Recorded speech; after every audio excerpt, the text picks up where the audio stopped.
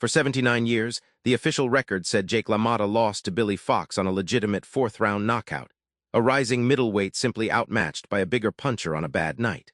That's the story they tell. It isn't what happened. The men who controlled professional boxing in 1947 made sure you'd never learn that LaMotta went down on purpose, that the loss was bought before the opening bell, and that the real price of that fight wasn't paid inside the ring at all. Here's what the records were rewritten to hide. By the fall of 1947, Jake LaMotta was one of the best middleweights alive, and everyone in boxing knew it. What he didn't have was a title shot. In those years, the sport's real power didn't sit with the commissions or the champions. It sat with a small circle of men who decided who fought whom and who won. Chief among them was a fixer named Frankie Carbo, a man boxing insiders called Mr. Gray because he was never officially employed by anyone and controlled almost everyone. LaMotta was talented enough to be a champion. He was also, for years, deliberately kept from ever getting the chance. On November 14, 1947, at Madison Square Garden, LaMotta stepped into the ring against Billy Fox, a hard-hitting prospect with mob ties of his own. What happened next didn't look like a boxing match, it looked like an execution.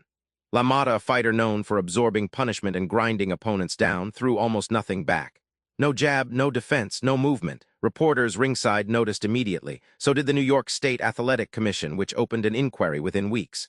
LaMotta was fined, his purse was withheld, and still officially nothing was ever proven. The result stood. Fox's knockout went into the books as real. LaMotta spent the next 13 years publicly, flatly denying that he had ever taken a dive. He said it to reporters. He said it to his family. For over a decade, he said it under oath to no one because no one made him swear to it. The official explanation was that LaMotta simply had an off night, that even great fighters lose. But that story doesn't survive contact with the tape. This wasn't a slow fighter getting caught. This was a professional forgetting, for one night only, everything he'd ever been taught. Before that fight, LaMotta had never quit against anyone. After it, he never fought that way again. Trainers who worked his corner said he looked at them between rounds like a man waiting for permission to stop. The commission's own investigators suspected it in real time. They just couldn't make anyone talk. The truth came out in 1960, and even then only because a Senate committee forced it. Investigating organized crime's grip on professional sports, the Kefauver Committee called LaMotta to testify.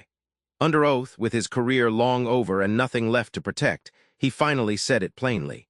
He had taken a dive against Billy Fox.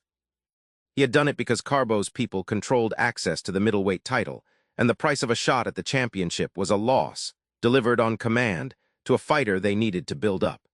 LaMotta got his match. In June 1949, he fought Marcel Cerdan for the title and won it. Boxing history remembers that night as the moment Jake LaMotta became champion through sheer will. What it leaves out is that the road to that ring was paved by a fight he was ordered to lose, arranged by men whose names never appeared on a single fight card. Carbo was never a promoter, never a manager, never listed anywhere official. He didn't need to be. That was the entire design. The record books still list Billy Fox's win as legitimate. It changed the trajectory of two men's careers, built one fighter's reputation on a lie, and quietly erased the other's real skill from that single night. It meant a governing body knew, or strongly suspected, and chose to fine a man rather than void a result. It meant the sport's champions for a generation were partly selected by criminals operating in plain sight. LaMotta carried the guilt of it for the rest of his life, long after Hollywood turned his story into a boxing legend and quietly left the fix in the background. The commission that investigated him is gone. The men who arranged it were never charged for that fight specifically. And the culture that allowed it never really ended, it just got better at hiding.